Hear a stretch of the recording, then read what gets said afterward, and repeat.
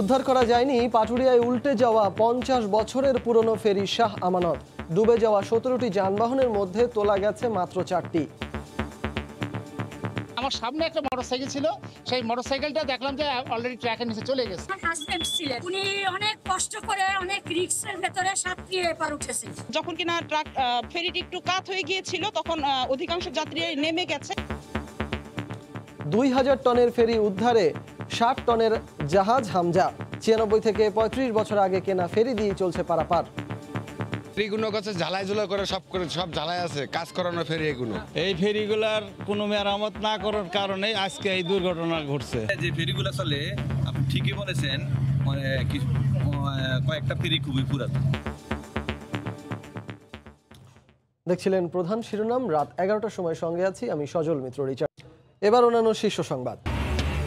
দেশের সম্মান রক্ষার্থে সচেতন থাকতে হবে প্রতিটি সেনা সদস্যকে। 10টি ইউনিটকে পতাকা তুলে দিলেন প্রধানমন্ত্রী, বললেন বাহিনীকে যুগোপযোগী করছে সরকার। 14 নভেম্বর থেকে এসএসসি ও সমমান পরীক্ষা শুরু জানালেন শিক্ষামন্ত্রী। 1 মাসের মধ্যে ফল ঘোষণা। 8 থেকে 30 নভেম্বর পর্যন্ত বন্ধ কোচিং। এবং বারবার বাংলাদেশ বিমানের ফ্লাইটেই মিলছে স্বর্ণ। কয়েক স্তরের নিরাপত্তার পরও এমন ঘটনায় উঠছে প্রশ্ন। দায় এড়াতে পারে না বিমান, বলছেন গোয়েন্দারা।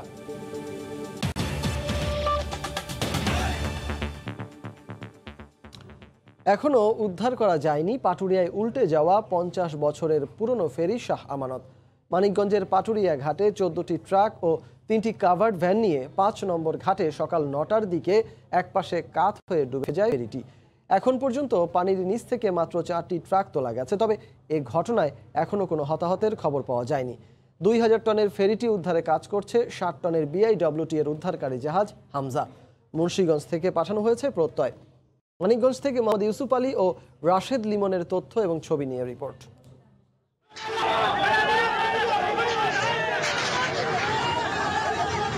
তবুও শেষ রক্ষা হলো না শাহ আমানত ফেরির। ইঞ্জিনের ত্রুটিতে পানি প্রবেশ করায় দুর্ঘটনা এড়াতে তড়িঘড়ি করে ঘাটে লাগানো ফেরি আমানত শাহ চোখের নিমিষেই ডুবে যায়। নোঙর ফেলেও আটকানো যায়নি। এ সময় ফেরিটি থেকে লোড কমানোর চেষ্টা করা হলে পন্টুনের ধাক্কায় 2টি ট্রাক পড়ে যায়। প্রাণ বাঁচাতে যাত্রীরা যে যার মতো লাফিয়ে পড়েন পানিতে। 2টা গাড়ি সামনে পার হয়েছে, হওয়ার পর আমার সামনে একটা মোটরসাইকেল ছিল, সেই মোটরসাইকেলটা দেখলাম যে অলরেডি ট্র্যাকের নিচে চলে গেছে। আমার হাজবেন্ড ছিলেন, উনি অনেক কষ্ট করে অনেক রিস্কের ভেতরে সাঁতরে এপার উঠেছে। উঠে তারপরে অন্যের মোবাইল দিয়ে আমার ছেলেকে ফোন দিয়েছে যে আমি বেঁচে গিয়েছি জানেন। মানিকগঞ্জের পাটুরিয়ার 5 নম্বর ঘাটে 17টি যানবাহন নিয়ে তলিয়ে যায় শাহ আমানত ফেরি। ডুবন্ত 2000 টনের ফেরিটিকে মাত্র 60 টনের উদ্ধারকারী জাহাজ হামজাকে দিয়ে উদ্ধার চালায় BIWTA। ঘন্টার পর ঘন্টা পার হলেও ফেরি উদ্ধারে অগ্রগতি হয়নি। তবে সন্ধ্যা পর্যন্ত 4টি ট্রাক ও 2টি মোটরসাইকেল উদ্ধার করা হয়েছে। এছাড়াও আরও 5টি কাভার্ড ভ্যান চিহ্নিত করা হয়েছে। এখানে মোট 17টি ট্রাক ছিল আর বেশ কিছু যাত্রী ছিল। তো যখন কিনা ট্রাক ফেরিটি একটু কাত হয়ে গিয়েছিল তখন অধিকাংশ যাত্রী নেমে গেছে।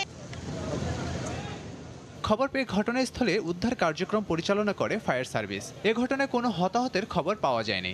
এখানে যে কয়টি ট্রাক আছে এগুলো হামজা এবং আমাদের সহযোগিতায় এই প্রত্যেকটাকে আমরা তোলার চেষ্টা করব উপরে, এবং শেষ পর্যন্ত দেখব এখানে কোনো ধরনের লাইভ ভিকটিম বা ডেড ভিকটিম আছে কিনা। এইটা নিশ্চিত না হওয়া পর্যন্ত আমাদের উদ্ধার কাজ চলবে। এ ঘটনায় তদন্ত করে ব্যবস্থা নেওয়ার আশ্বাস দিয়েছেন প্রশাসন। অতিরিক্ত জেলা ম্যাজিস্ট্রেটকে আহ্বান করে একটি তদন্ত কমিটি গঠন করা হচ্ছে 4 সদস্য বিশিষ্ট। এরা 5 দিনের মধ্যে প্রতিবেদন দিবে। প্রায় 50 বছর ধরে এ রুটে চলাচল করছে শাহ আমানত ফেরিটি। মেয়াদ উত্তীর্ণ ফেরিটি জোড়াতালি দিয়েই চলে। সময় সংবাদ, মানিকগঞ্জ। পদ্মা নদী সহ দেশের বিভিন্ন নৌপথে চলাচলকারী 53টি ফেরির মধ্যে বেশিরভাগই দিনেই ফিটনেস। সবচেয়ে নতুন ফেরিটিও কেনা হয়েছে 35 বছর আগে। প্রায় 100 বছরের পুরনো ফেরিও আছে, যেগুলোর মেয়াদও এরই মধ্যে শেষ হয়েছে। তবু জোড়াতালি দিয়ে ঝুঁকি নিয়ে চলছে পারাপার। রাজধানী ঢাকার সঙ্গে দেশের দক্ষিণ পশ্চিমাঞ্চলের জেলার ব্যস্ততম ও গুরুত্বপূর্ণ প্রবেশদ্বার দৌলতদিয়া পাটুরিয়া নৌরুট। ব্যস্ততম এই নৌরুট দিয়ে প্রতিদিন হাজার হাজার মানুষ ও যানবাহন পদ্মা নদী পার হয়। এই নৌরুটে মোট ফেরির সংখ্যা 18 হলেও চলাচল উপযোগী 15 থেকে 16টি। বাকি যে ফেরি আছে তার বেশিরভাগই বিকল অবস্থায় পাটুরিয়া ঘাটের ডকইয়ার্ডে মেরামতের জন্য পড়ে থাকে। এই ফেরির সবকটি কেনা 96 থেকে 35 বছর আগে। জানমালের নিরাপত্তায় নতুন ফেরি সংযোজনের দাবি এই রুটে নিয়মিত চলাচলকারীদের। ফেরিগুলো কাছে ঝালাই ঝুলা করে সব ঝালাই আছে, কাজ করানো ফেরি এগুলো পল্টন ভালো না, তারপরে লেগেছে ফেরির লেগেছে ইঞ্জিন ভালো না। এই ফেরিগুলার কোনো মেরামত না করার কারণে আজকে এই দুর্ঘটনা ঘটছে। এগুলো আসলে সব নষ্ট, ভাঙাচোরা। সম্পূর্ণ ফেরিগুলো বদলায় নতুন ফেরি দিলে পারে মানুষজন যাতায়াত করা পারবো এবং নিরাপদে চলতে পারবো। বিআইডব্লিউটিসির দাবি, ফিটনেসবিহীন জরাজীর্ণ এই ফেরিগুলো চালানো হচ্ছে জনসেবার কথা চিন্তা করে। কয়েকটা ফেরি খুবই পুরাতন, তবে আমরা মাননীয় প্রধানমন্ত্রী আমাদের এই ফেরির অবস্থা দেখে আমাদের একটা প্রকল্প নিয়েছেন 35 জলযানে। আমরা ওসিডি আগামী জানুয়ারি ফেব্রুয়ারির মধ্যে আমরা 12টা ফেরি পেয়ে যাব। পুরাতন ফেরিগুলো আমরা ইঞ্জিন ওভারহোলিং করি আর রিবিল্ডিং করে আমরা আমাদের ডকইয়ার্ড রয়েছে। দৌলতদিয়া পাটুরিয়া নৌরুটে প্রতিদিন প্রায় 2 থেকে 3 হাজার বিভিন্ন যানবাহন পারাপার হয়। সময় সংবাদ, মানিকগঞ্জ। যারা বাংলাদেশ চায় না, আসন্ন নির্বাচন সামনে রেখে তারা বিশৃঙ্খলা সৃষ্টির চেষ্টা করছে বলে মন্তব্য করেছেন আওয়ামী লীগ সাধারণ সম্পাদক ওবায়দুল কাদের। সকালে রাজধানীর একটি হোটেলে আলোচনা সভায় কথা বলেন তিনি। যারা সাম্প্রদায়িক সৌহার্দ্য নষ্ট করেছে তাদের দৃষ্টান্তমূলক শাস্তি দেয়া হবে বলেও জানান তিনি। যারা বাংলাদেশ চায়নি একত্তরে, সেই সাম্প্রদায়িক অপশক্তি আজকে আসন্ন নির্বাচনকে সামনে রেখে আন্দোলনে ব্যর্থ, নির্বাচনে ব্যর্থ হয়ে এরা আজকে দেশে অশান্তি, বিশৃঙ্খলা সৃষ্টি পায় তারা করছে। তারা আবারও ককটেল আর পেট্রোল বোমার ব্যবহার নিয়ে ভাবছে, ছক কাটছে, নীল নকশা করছে, দেশে বিশৃঙ্খলা সৃষ্টি করে ঘোলা পানিতে মাছ শিকার করা। নির্বাচনের মাঠ খালি করতেই সাম্প্রদায়িক বিশৃঙ্খলার ঘটনায় বিএনপির নেতা কর্মীদের মিথ্যে মামলা দিয়ে হয়রানি করা হচ্ছে বলে অভিযোগ করেছেন নেতারা। আগামী নির্বাচন নিয়ে দলটি ভাবছে না জানিয়ে তারা বলছেন, নিরপেক্ষ নির্বাচন কমিশন ও নির্দলীয় সরকার প্রতিষ্ঠা না হওয়া পর্যন্ত কোনো নির্বাচনে যাবেন না তারা। বুধবার আলাদা অনুষ্ঠানে বক্তব্য রাখেন দলের নেতারা। জাতীয়তাবাদী যুবদলের প্রতিষ্ঠাবার্ষিকী উপলক্ষে বুধবার সকালে সাবেক রাষ্ট্রপতি জিয়াউর রহমানের সমাধিতে শ্রদ্ধা জানাতে যান বিএনপির স্থায়ী কমিটির সদস্য মির্জা আব্বাস। শ্রদ্ধা নিবেদন শেষে তিনি বলেন, নির্বাচন সামনে রেখে সাম্প্রদায়িক সহিংসতার মধ্য দিয়ে সুবিধা আদায়ের ষড়যন্ত্র করছে ক্ষমতাসীনরা। বাংলাদেশের নির্বাচন আসতেছে, সেই নির্বাচনকেও একটা প্রভাব ফেলায় এই ঘটনা সৃষ্টির মাধ্যমে। এটা মোটেই সাম্প্রদায়িক দাঙ্গা নয়, বাংলাদেশের রাজনৈতিক উদ্দেশ্যপ্রণীতভাবে এই দাঙ্গা লাগানোর চেষ্টা করা হচ্ছে, বিএনপি কর্মীদের জড়ানোর চেষ্টা করা হচ্ছে।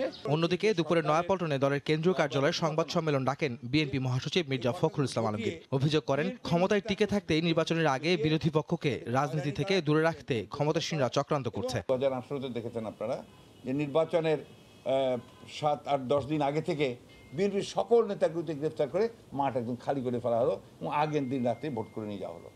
এবার তার আগে থেকে এই যে মামলাগুলো দিচ্ছে, বিশেষ করে যাদের বিরুদ্ধে আমাদের মামলা আছে, আমাদের মামলাগুলো তারা শেষ করে ফেলতে, তারা তালিকা তৈরি করেছে সরকারের। এবার আমরা নির্বাচন নিয়ে চিন্তাই করছি না। আমরা এই সরকারের পতন, এই সরকার যেতে হবে এবং যাওয়ার পরে পদত্যাগ করে চলে যাওয়ার পরে একটা নির্বাচন কমিশন গঠন করে নিরপেক্ষ একটা সরকারের অধীনে নির্বাচন হতে হবে। সাম্প্রদায়িক হামলার ঘটনায় সুষ্ঠু তদন্তের মাধ্যমে দোষীদের খুঁজে বের করে কঠোর শাস্তির দাবি জানান বিএনপি মহাসচিব। সুষ্ঠু তদন্তের মাধ্যমে। আহমেদ সালেহিন, সময় সংবাদ, ঢাকা। বাংলাদেশের নির্বাচন কিভাবে হবে তা সংবিধানে আছে, বিদেশিদের হস্তক্ষেপের কিছু নেই, এমন মন্তব্য করেছেন বাংলাদেশে নিযুক্ত British high commissioner Robert Dickson. দুপুরে জাতীয় প্রেস ক্লাবে ডিক্যাপ টকে অংশ নিয়ে তিনি বলেন, যারা যুক্তরাজ্যে বসে বাংলাদেশের বিরুদ্ধে অপপ্রচার চালাচ্ছে তাদের বিরুদ্ধে তদন্ত করার সুযোগ রয়েছে। এছাড়া লন্ডনে মামলা করলে দণ্ডপ্রাপ্তদেরও ফেরত আনা যাবে বলেও জানান তিনি। হাতে সময় আছে এখনো 2.25 বছর, তবু মাঝে মাঝে আলোচনায় উঠে আসছে আগামী জাতীয় নির্বাচন প্রসঙ্গ। বড় দুই দলের বিভিন্ন সময়ের মন্তব্য, বৈঠক সমাবেশে উঠে আসে নির্বাচনের প্রস্তুতির বিষয়টি। তবে কেমন হবে আসছে নির্বাচন তা নিয়ে জল্পনা কল্পনাও কম নয়।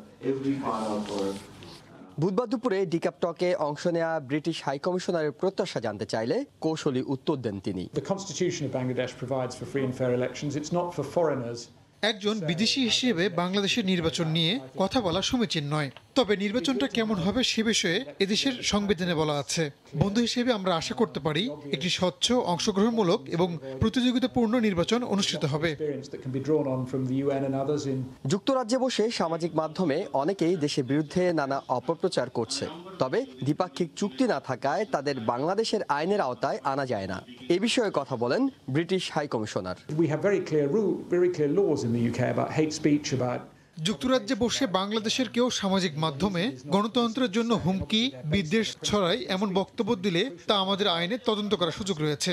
যে কোনো অপরাধীকে ফেরত পেতে হলে ব্রিটিশ কোর্টে মামলা করতে হবে। আদালতের নির্দেশেই কেবল তা সম্ভব।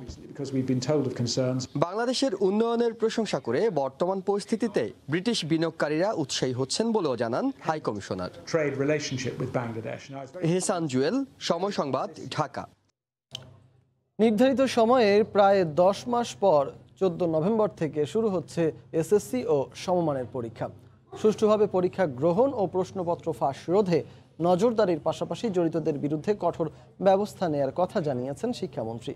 পরীক্ষার আগে আগামী 8 নভেম্বর থেকে বন্ধ করে দেওয়া হবে সব কোচিং সেন্টার, আর ফল প্রকাশ করা হবে 1 মাসের মধ্যে। বাংলাদেশ সহ বিশ্বজুড়ে করোনা সংক্রমণ ছড়িয়ে পড়ার ফলে গত প্রায় 2 বছর ধরে শিক্ষা প্রতিষ্ঠান বন্ধ থাকায় বিপর্যস্ত হয়ে পড়ে দেশের শিক্ষা ব্যবস্থা। এ অবস্থায় চলতি বছরের এসএসসি ও সমমান পরীক্ষা ফেব্রুয়ারিতে হওয়ার কথা থাকলেও প্রায় 10 মাস পর আগামী 14 নভেম্বর থেকে সংক্ষিপ্ত সিলেবাসে এটি অনুষ্ঠিত হবে। এতে অংশ নেবে 22,27,113 জন শিক্ষার্থী। এ উপলক্ষে বুধবার সচিবালয়ে প্রেস ব্রিফিংয়ে শিক্ষামন্ত্রী জানান, পরীক্ষা শেষ হওয়ার 30 দিনের মধ্যেই ফলাফল প্রকাশিত হবে। পরীক্ষা শুরুর কমপক্ষে 30 মিনিট পূর্বে পরীক্ষার্থীদেরকে অবশ্যই পরীক্ষার হলে প্রবেশ করতে হবে। মোবাইল ফোন বা ইলেকট্রনিক কোনো ডিভাইস নিয়ে কেন্দ্রে প্রবেশ করতে পারবেন না। সুষ্ঠুভাবে পরীক্ষা গ্রহণ ও প্রশ্নপত্র ফাঁস রোধে নজরদারি চালানো হচ্ছে জানিয়ে মন্ত্রী বলেন, এক্ষেত্রে গুজব ছড়ালে জড়িতদের বিরুদ্ধে কঠোর আইনগত ব্যবস্থা নেওয়া হবে। এছাড়া আগামী 8 নভেম্বর থেকে বন্ধ থাকবে সকল কোচিং সেন্টার। আগামী 8 নভেম্বর থেকে 25 নভেম্বর 2021 পর্যন্ত দেশের সকল ধরনের কোচিং সেন্টার বন্ধ থাকবে। প্রশ্ন ফাঁসের চেষ্টার সঙ্গে যদি কেউ জড়িত থাকে তাহলে তাদের বিরুদ্ধে কঠিন ব্যবস্থা গ্রহণ করা হবে। পরীক্ষা চলাকালীন কেউ করোনা আক্রান্ত হলে পরীক্ষার্থী চাইলে হাসপাতালে চিকিৎসারত অবস্থায় পরীক্ষা নেয়ার ব্যবস্থার কথাও জানান শিক্ষামন্ত্রী। প্রসূন আশিস, সময় সংবাদ, ঢাকা। বারবার বিমান বাংলাদেশ এয়ারলাইন্সের ফ্লাইটেই ধরা পড়ে স্বর্ণের বার। 2-1 জনকে আটক করা গেলেও মূল হোতারা রয়ে যায় ধরাছোঁয়ার বাইরে। শুল্ক গোয়েন্দা অধিদপ্তর বলছে এর দায় এড়াতে পারে না বিমান। সানবির রূপলের রিপোর্ট।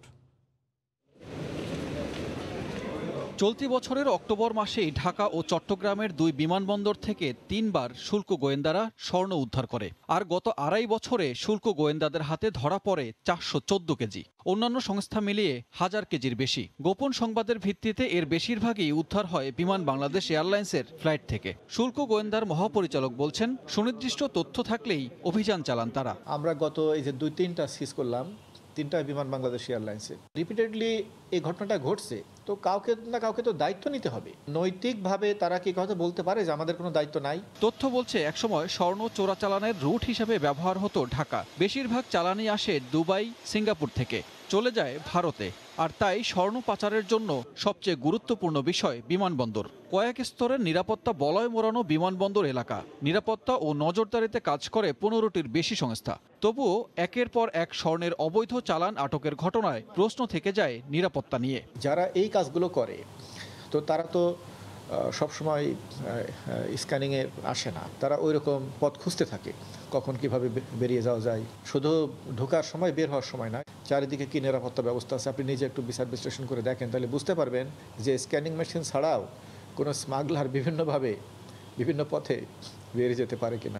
এভিয়েশন বিশেষজ্ঞরা বলছেন, বিচারে নজির স্থাপন করতে না পারলে চোরাচালান বন্ধ করা সম্ভব নয়। সিকিউরিটিটা আরও টাইট হওয়া উচিত এবং যাদের যাদের সিকিউরিটি আছে তাদেরকে দেখভাল করার জন্য আরেকটা সিকিউরিটি সিস্টেম বা সিসিটিভি বলেন বা যা তা থাকা উচিত।